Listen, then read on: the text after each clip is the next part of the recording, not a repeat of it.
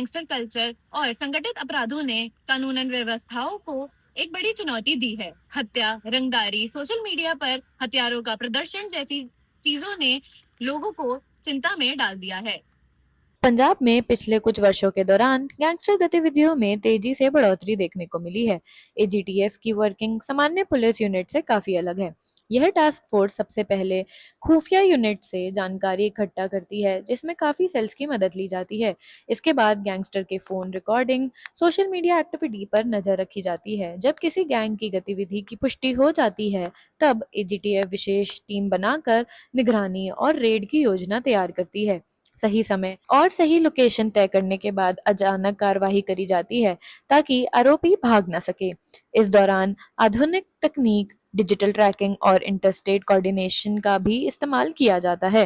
देखिए, जो gangster culture Punjab में बढ़ रहा है, उसके पीछे अपना जो नशे हैं, नशों के व्यापारी हैं, वो हैं।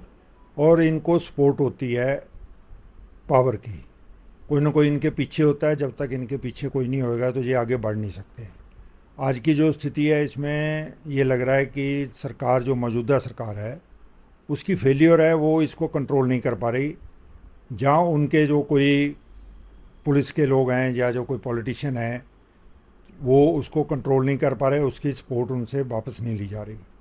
जब तक वो वापस नहीं होगी, तब तक ये आगे बढ़ता रहेगा। आज गैंगस्टर केवल जमीन पर नहीं, बल्कि सोशल मीडिया और डिजिटल प्लेटफॉर्म के जरिए भी अपना नेटवर्क चला रहे हैं। विदेशों में बैठे अपराधी इंटरनेट कॉलिंग, फर्जी सोशल मीडिया अकाउंट और ऑनलाइन माध्यमों के जरिए पंजाब में रंगदारी, धमकियों और अपराधों को संचालित कर रहे हैं। पंजाब का यह अपराध नेटवर्क अब लोकल ही नहीं, बल्कि इंटरनेशनल स्वरूप ले चुका है।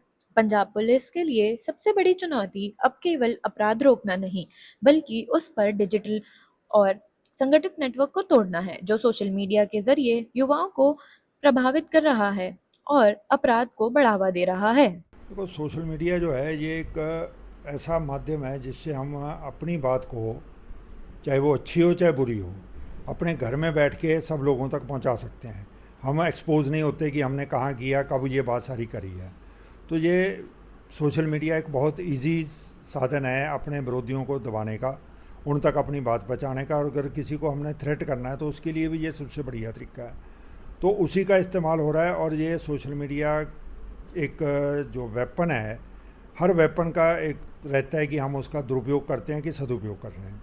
तो जो गैंगस्टर है, वो उसका अपने हिसाब से दुरुपयोग ही कर रहा है और उसको इस्तेमाल कर रहा है अपने फ़ायदे के लिए और अपने विरोधियों को डराने के लिए। और अपनी जो पब्लिसिटी है कि हमने ये काम कर दिया, ये आम जनता तक पहुंचा करके उनको डराने और धमकाने के लिए। हमारा ये कहना है कि जो क्राइम बढ़ रहा है वो थोड़ा कम हो जाए तो ठीक है। जैसे कम होगा तो सबके लिए भलाई है ना। जैसे लड़कियां भी सेफ रहेंगी, लड़के भी सेफ रहेंगे, आने जाने भी, जो बिजनेस कर रहे हैं उनके भी दुकान पे चोरी हो जाता है। जैसे 9 बजे रात 10 बजे रात तक रहते हैं ना, तो यहाँ पे चोरी हो जाता है पंजाब में। मैंने कई बार देखा हूँ यहाँ पे क्राइम मतलब बढ़ता है, घट नहीं रहा है इसमें। हाँ, इसका यही है, अनुरोध है कि कम से कम लोग समझें यहाँ के कि हमें क्राइम कम करना चाहिए, यहाँ के प्रशासन द्वारा कम कराइए।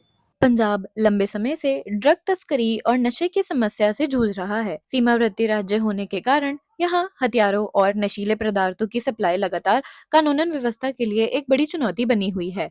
आज पंजाब का युवा एक ऐसे मोड़ पर खड़ा है, जहाँ उसके सामने दो रास्ते हैं: शिक्षा, खेल, मेहनत और बेहतर भविष्य, या नशे, हथियारों का प्रदर्शन और अपराध की दुनिया की तरफ। गैंगस्टर कल्चर आज पंजाब के सामने एक बड़ी चुनौती बना हुआ है। हालांकि एंटी गैंगस्टर टास्क फोर्स की कार्यवाही से अपराध पर काबू करने की कोशिश लगातार जारी है।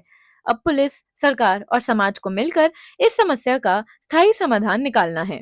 नहीं नहीं नहीं, इतना तो क्राइम अभी नहीं बिगड़ा है कि बच्चे को डर लग जाए। इतना तो क्राइम नहीं बिगड़ा है, लेकिन हाँ, थोड़ा सा माहौल चेंज हुआ है। जिस तरह की छोटी छोटी घटनाएं फोन से हो रही हैं जो नहीं होनी चाहिए, इन पे सरकार को ध्यान देना चाहिए, और स्पेशली ड्रग्स पे भी। पिछले 3 वर्षों में पंजाब में गैंगस्टर गतिविधियों और ड्रग तस्करी के नेटवर्क ने बड़ी चुनौती पैदा कर दी है। अप्रैल 2022 से अब तक 2500 से ज्यादा गैंगस्टर और अपराधी गिरफ्तार किए जा चुके हैं, जबकि सैकड़ों गैंग मॉड्यूल तोड़ दिए गए हैं। सिद्धू मूसेवाले हत्याकांड ने इस खतरे की गंभीरता को पूरे देश के सामने लाया। इसके बाद गैंगस्टरों, हथियार तस्करों और गैंग नेटवर्क के खिलाफ कार्रवाई और तेजी से हुई। लक्ष्य एक ही है: सुरक्षित, नशा मुक्त और अपराध मुक्त पंजाब में बढ़ते गैंगस्टर कल्चर, ड्रग तस्करी और सोशल मीडिया पे प्रदर्शन पर एजीटीएफ लगातार कार्रवाई कर रहा है। इसके साथ साथ रेजिडेंट्स और खासकर युवा को जागरूकता की जरूरत है। कैमरा पर्सन वान्या के साथ चितकारा न्यूज के लिए मैं चारू।